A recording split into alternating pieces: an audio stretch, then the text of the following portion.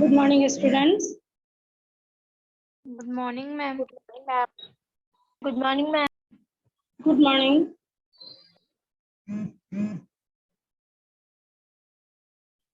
कल हमने शब्द रूप और संख्यावाची शब्द ग्रामर में रीड किए थे।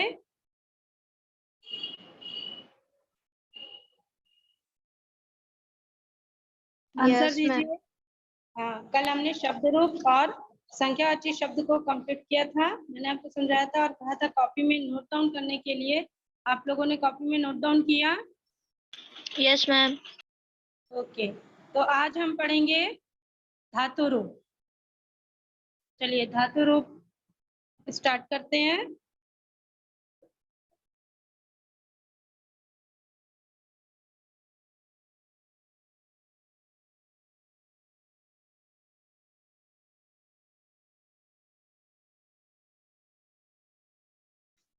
ओके, तो आप लोगों को ये पिक दिख रहा है, वृत्त, व्रत, होना, आत्मनेपद।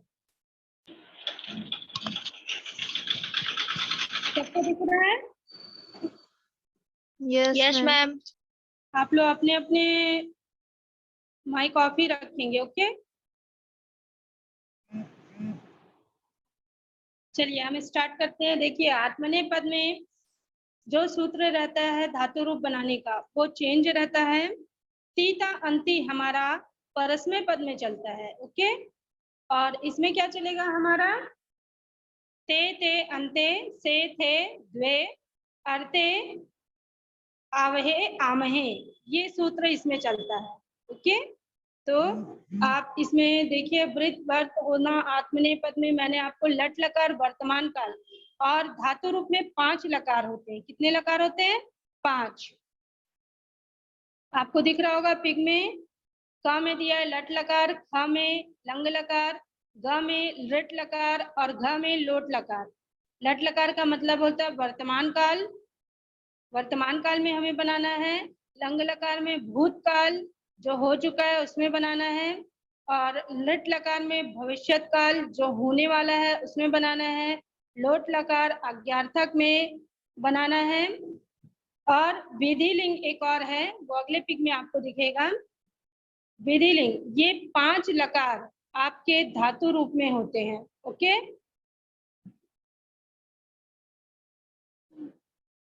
और इसमें भी पुरुष 3 होते हैं। हमने अभी जो कल जब शब्द रूप पढ़ा था तो उसमें विभक्ति थी, इसमें क्या रहेंगे? पुरुष रहेंगे।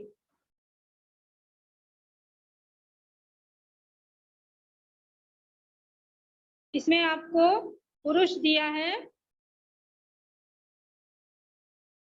ओके, ये पुरुष प्रथम पुरुष, मध्यम पुरुष और उत्तम पुरुष, 3 पुरुष में ये धातु रूप चलते हैं। और इसमें वचन भी सेम प्रोसेस शब्द रूप के समान रहेगा, एक वचन, द्विवचन और बहुवचन, ये इस तरह से चलेंगे।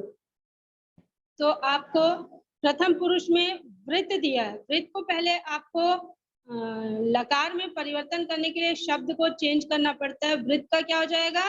वर्त हो जाएगा। क्या हो जाएगा? वर्त।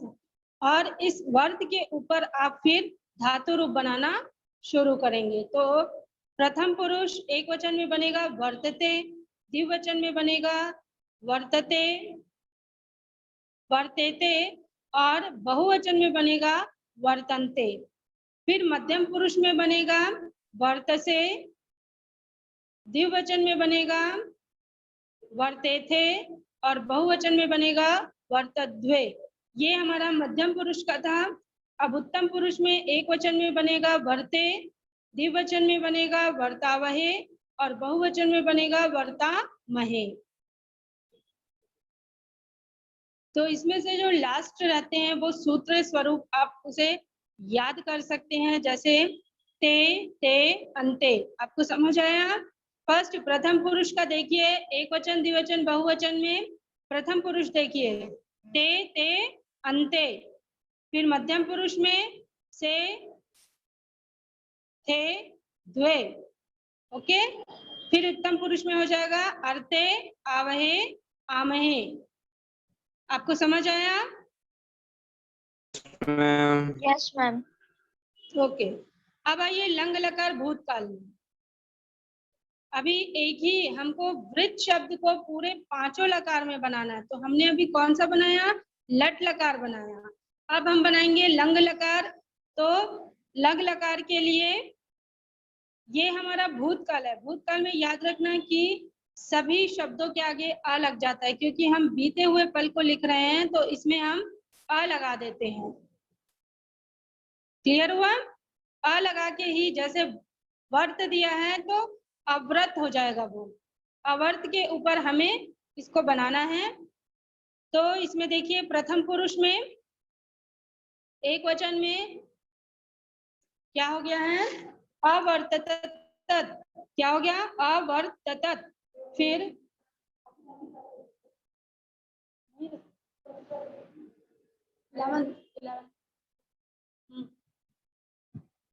फिर द्विवचन में अवर्तेताम, और फिर बहुवचन में अवर्तन। ओके। फिर मध्यम पुरुष में एक वचन में बनेगा अवर्तथा, अवर्थेताम, और ये हो जाएगा अवर्तध्वम। बहुवचन में अवर्तध्वम। फिर उत्तम पुरुष में बनेगा ये अवर्ते, अवर्ता वही, अवर्ता मही। हो गया क्लियर? यस अब है, मैम। हाँ बोलिए,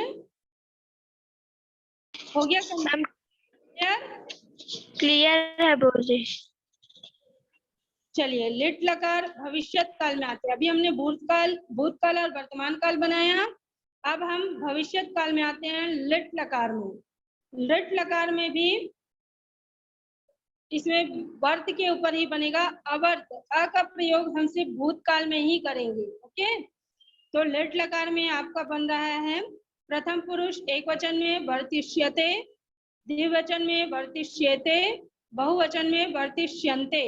फिर मध्यम पुरुष में बन रहा है वर्तिष्यसे, वर्तिष्येथे, वर्तिष्यध्वे।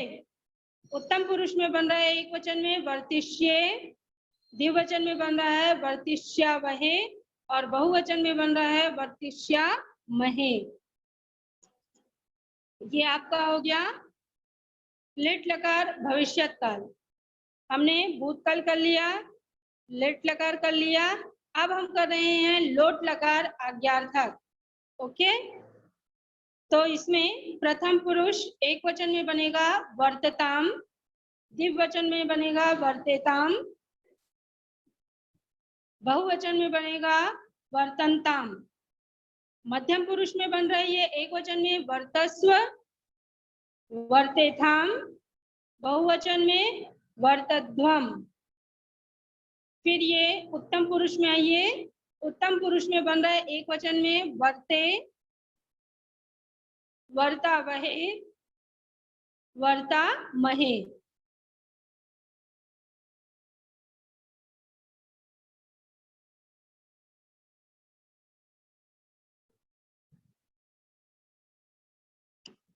हो गया क्लियर आपको लोट लकार तक? अब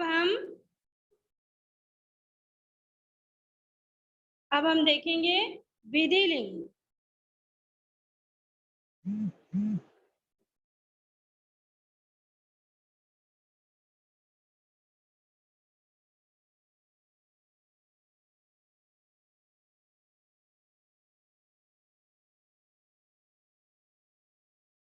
देखिए विधि लिंग अनुज्ञा चाहिए।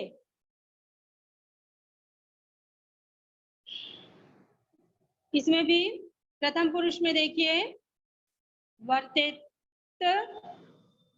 एक वचन में लिखा है वर्तेत, द्विवचन में लिखा है वर्तेयाताम, बहुवचन में है वर्तेरन। फिर मध्यम पुरुष में आइए वर्तेथा, एक वचन में हो जाएगा वर्तेथा, द्विवचन में होगा वर्तेयाथाम, वर्तेयाथाम द्विवचन, बहुवचन में हो जाएगा वर्तेध्वम। फिर आइए उत्तम पुरुष में। उत्तम पुरुष में हो रहा है वर्ते, वर्ते वही, वर्ते मही। तो ये आपका व्रत होना आत्मनेपद था। ये आत्मनेपद में 5 लकार हमने कंप्लीट किए। सबसे पहले तो आप ये याद रखेंगे कि हमारे लकार कितने होते हैं, 5 होते हैं। लट लकार, लंग लकार, रट लकार, लोट लकार और विधिलिंग।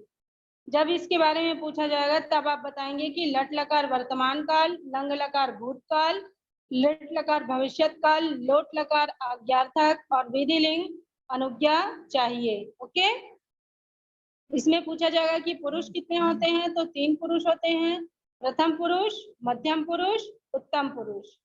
ओके, वचन होते हैं एक वचन, द्विवचन, बहुवचन। ये आपका कंप्लीट हो गया। अब मैं आपको परस्मै पद का एक इसी तरह से पद बता रही हूँ, धातु रूप। चलते हैं हम परस्मै पद पर।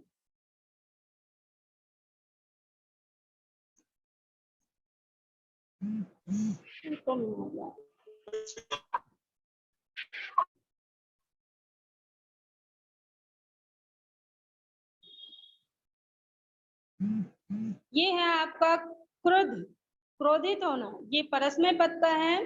आत्मनेपद परस्मै पद दोनों अलग हैं। आत्मनेपद का मैंने पांचों लकार आपको बता दिया। अब हम परस्मै पद पे आते हैं। परस्मै पद में आपको वही 5 लकार रहेंगे, लट लकार, लंग लकार, लोट लकार, विधिलिंग और लिट लकार। इसमें भी वही रूप चलता है, वर्तमान काल, भूतकाल, भविष्यत काल, आज्ञार्थक और अनुज्ञा चाहिए। इसमें भी 3 वचन है, प्रथम पुरुष, मध्यम पुरुष, उत्तम पुरुष और वचन है एक वचन, द्विवचन, बहुवचन। सबसे पहले हम देखते हैं लट लकार को। लट लकार वर्तमान काल में है। आपको शब्द दिया गया है क्रुद्ध, क्रुद्ध का होता है क्रोधित, तो हम क्रुद्ध के ऊपर ही लकार बनाएंगे। प्रथम पुरुष में बन रहा है क्रुध्यति, क्रुध्यता, क्रुध्यन्ति। मध्यम पुरुष में बन रहा है क्रुध्यसि, क्रुध्यता, क्रुध्यत। उत्तम पुरुष में बन रहा है क्रुध्यामि, क्रुध्यावः, क्रुध्यामः। इसी में से आप सूत्र निकाल सकते हो। कैसे निकालोगे सूत्र? लास्ट वर्ड लीजिए, देखिए ध्यान से। ती ता अंति, सी था, आमी आवा आमा। मतलब यदि क्रुद्ध के अलावा कोई दूसरा शब्द भी आपको देता है तो आप ये सूत्र रखकर उस शब्द को कंप्लीट कर सकते हो। फिर उसी तरह सेकंड में आइए लंग लकार में। लंग लकार में भूतकाल, आपको सूत्र याद होना बहुत जरूरी है धातु रूप में। ओके, सूत्र मैं साथ में ही बता रही हूँ आपको।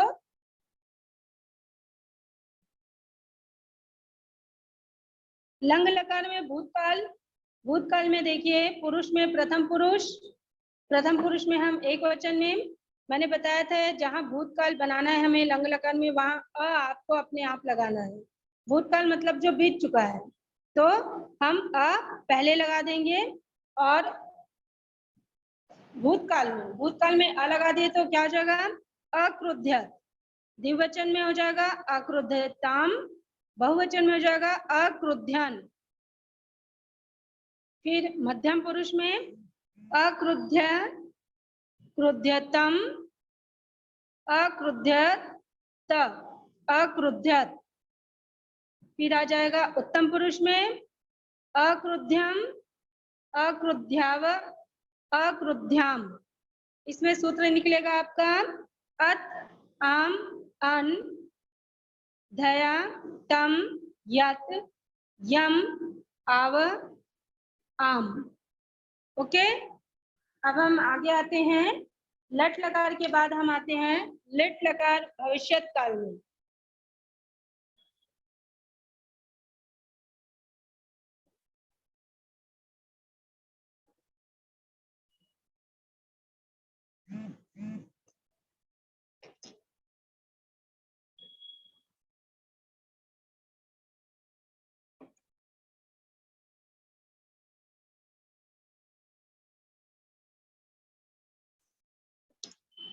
देखिए लिट लकार भविष्यत काल, भविष्यत काल में आपको बता रहा है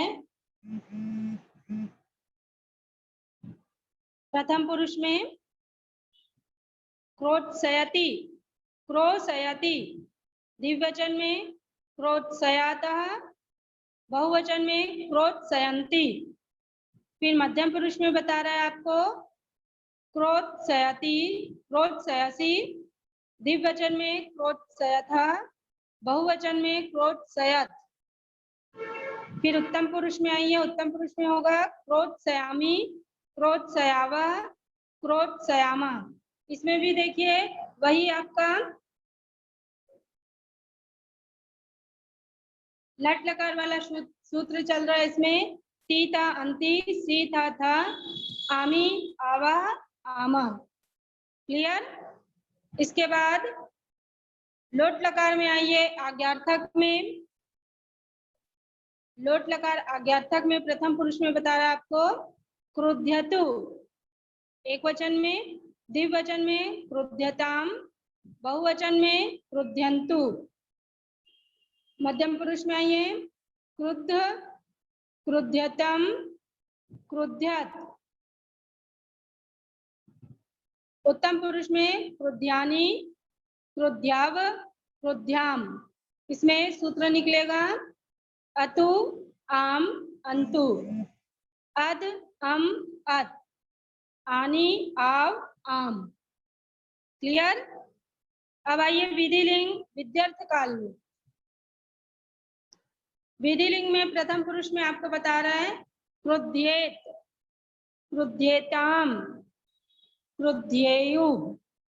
फिर मध्यम पुरुष में एक वचन में बता रहा है क्रुध्येः, द्विवचन में बता रहा है क्रुध्येतम, बहुवचन में बता रहा है क्रुध्येत। उत्तम पुरुष में आइए क्रुध्येयम, द्विवचन में क्रुध्येव, बहुवचन में क्रुध्येम। इसमें सूत्र निकलेगा अत, आम, अयुः, अयेः, अम, अत, अम, एव, एम। क्लियर हो गया आपको सूत्र? समझ आया आपको धातु रूप? Yes, ma'am. हाँ, एक मैंने आत्मनेपद का बताया, एक मैंने परस्मैपद का बताया। आप अगर एक आत्मनेपद का सूत्र याद कर लेते हो और एक परस्मैपद का, तो जो भी शब्द मिलेगा आपको, आप उसके आधार पर धातु रूप बना सकते हो। ओके? और ये जो दो मैंने बताया है, इसे आप कंप्लीट याद कर लेंगे। आपको धातु रूप पांचों लकार में आने चाहिए।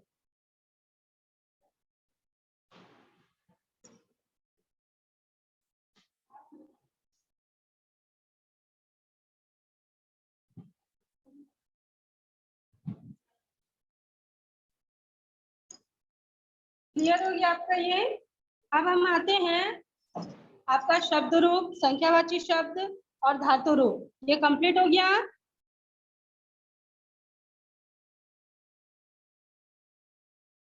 आंसर दीजिए।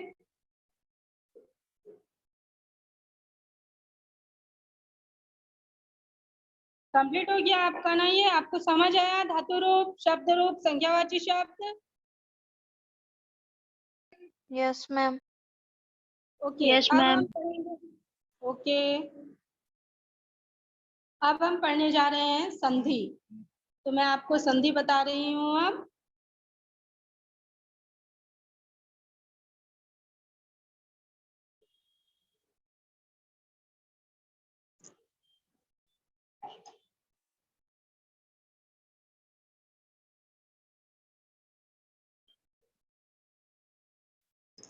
चलिए, अब हम पढ़ते हैं संधि।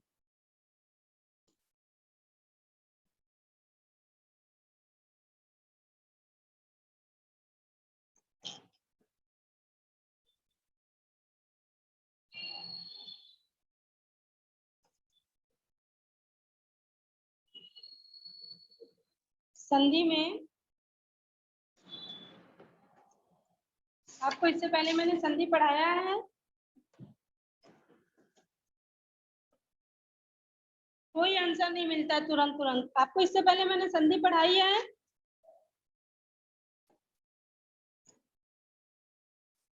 चलिए नो मैम। ठीक है, चलिए पढ़िए संधि। सबसे पहले हम परिभाषा देखते हैं। अत्यंत समीपवर्ती दो या दो से अधिक वर्णों के मेल से किसी नियम के अंतर्गत होने वाले परिवर्तन को संधि कहते हैं। मतलब अत्यंत समीपवर्ती दो शब्द हों, दो या दो से अधिक शब्द हों, उनका जो वर्णों का जो मेल होता है वो किसी नियम के अंतर्गत होने पर जो उसमें परिवर्तन होता है उसे हम संधि कहते हैं। या इसको आसान भाषा में भी, आसान परिभाषा में भी कह सकते हैं कि दो या दो से अधिक वर्णों के मेल से जो परिवर्तन होता है उसे संधि कहते हैं। अब है संधि के प्रकार। संधि के प्रकार में वर्णों में होने वाली संधि निम्न 3 प्रकार की होती है। वर्णों के द्वारा जो संधि होती है वो कितने प्रकार की होती है? 3 प्रकार की। पहला है स्वर संधि, दूसरा देखते हैं। यदि स्वर के साथ स्वर का मेल हो तो स्वर संधि होता है। स्वर के साथ स्वर का मेल हो तो स्वर संधि होता है। जैसे आपको दिखाया है यहाँ पर एक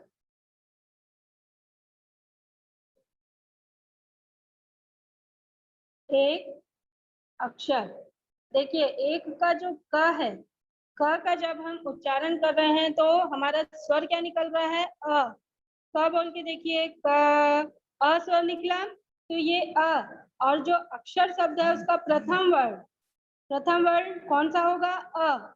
अ और अ दोनों ही स्वर हैं।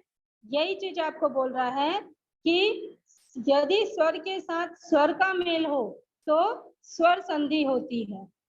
तो यहाँ पर एक हम प्रथम पद का लास्ट वर्ण लेते हैं और सेकंड पद का प्रथम वर्ण लेते हैं।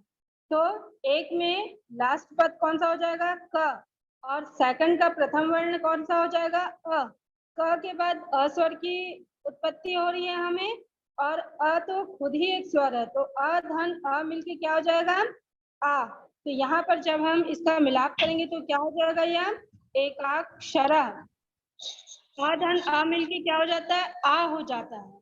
तो जब हम इसे जोड़ेंगे तो एक हो गया, और जो स्वर है अ और क का अ मिलके क्या हो जाएगा? आ। तो ये हो जाएगा एका, फिर शरा, एकाक्षरा। ये समझ आया आपको स्वर संधि? स्वर यस संधि मैम। Yes ma'am. ओके। तो अब हम देखते हैं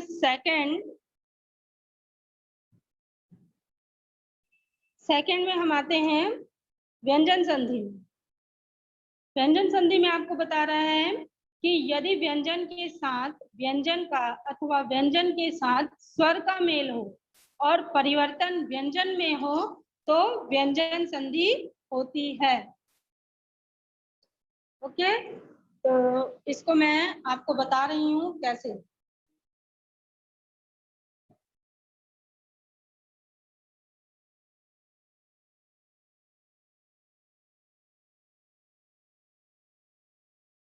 देखिए, अभी हमने स्वर संधि पढ़ा, अब है व्यंजन संधि। व्यंजन संधि में बोल रहा है यदि व्यंजन के साथ व्यंजन का अथवा व्यंजन के साथ स्वर का मेल हो और परिवर्तन व्यंजन में हो तो व्यंजन संधि होती है। मैंने आपको पहले भी बता दिया इससे पहले कि ये जो हलंत लगा है यही व्यंजन कहलाता है। क्या होता है? व्यंजन। इसे हम, ये जो हम ऐसे करके हलंत लगाएंगे ये व्यंजन कहलाता है। तो देखिए आपको बता रहा है यहाँ पर जगत धन नाथ, जगन्नाथ। अब ये कैसे हुआ? जगत, जगत को जब हमने लिखा तो त के नीचे हमने व्यंजन लगा दिया, धन नाथ, नाथा हो गया। समझ आ रहा है आपको? अब इस व्यंजन का इनके साथ मेल होके यहाँ पर शब्द बनेगा। तो हम जब व्यंजन के साथ इसके बाद वाले शब्द को लेते हैं तो जो पहला व्यंजन में जो शब्द लगा है वो सेकंड शब्द के पहले पद का जो शब्द रहता है उसमें परिवर्तन हो जाता है इसका। तो क्या होगा, ज ग न, और कितना आधा ही शब्द लेते क्योंकि व्यंजन लगा है यहाँ पर। व्यंजन का मतलब ही होता है आधा शब्द, ये पूरे में नहीं आएगा। तो जब हम लिखेंगे तो पूरे में नहीं होगा। जगन्नाथा नहीं लिखते हम, जगन्नाथ लिखते हैं। तो इसके लिए इसको कैसे परिवर्तन किया गया है, यहाँ पर लिखा जगत धन नाथ। ठीक, ये जो शब्द है ये आधा ही शब्द में है क्योंकि इसमें व्यंजन लगा है। व्यंजन लगा है तो आधे में लेंगे, और ये नाथ, तो नाथ में पहला वर्ण क्या है, न, तो ये न में परिवर्तन हो जाएगा। तो जब हम इसे लिखेंगे तो ये क्या हो जाएगा, आधा न बन जाएगा ये। ओके, फिर जब हम इसमें जब इन शब्दों को जोड़ेंगे तो ये क्या हो जाएगा, जगन्नाथ, जगन्नाथा हो जाएगा। ठीक, आपको समझ आया व्यंजन को कैसे जोड़ते हैं? Yes ma'am.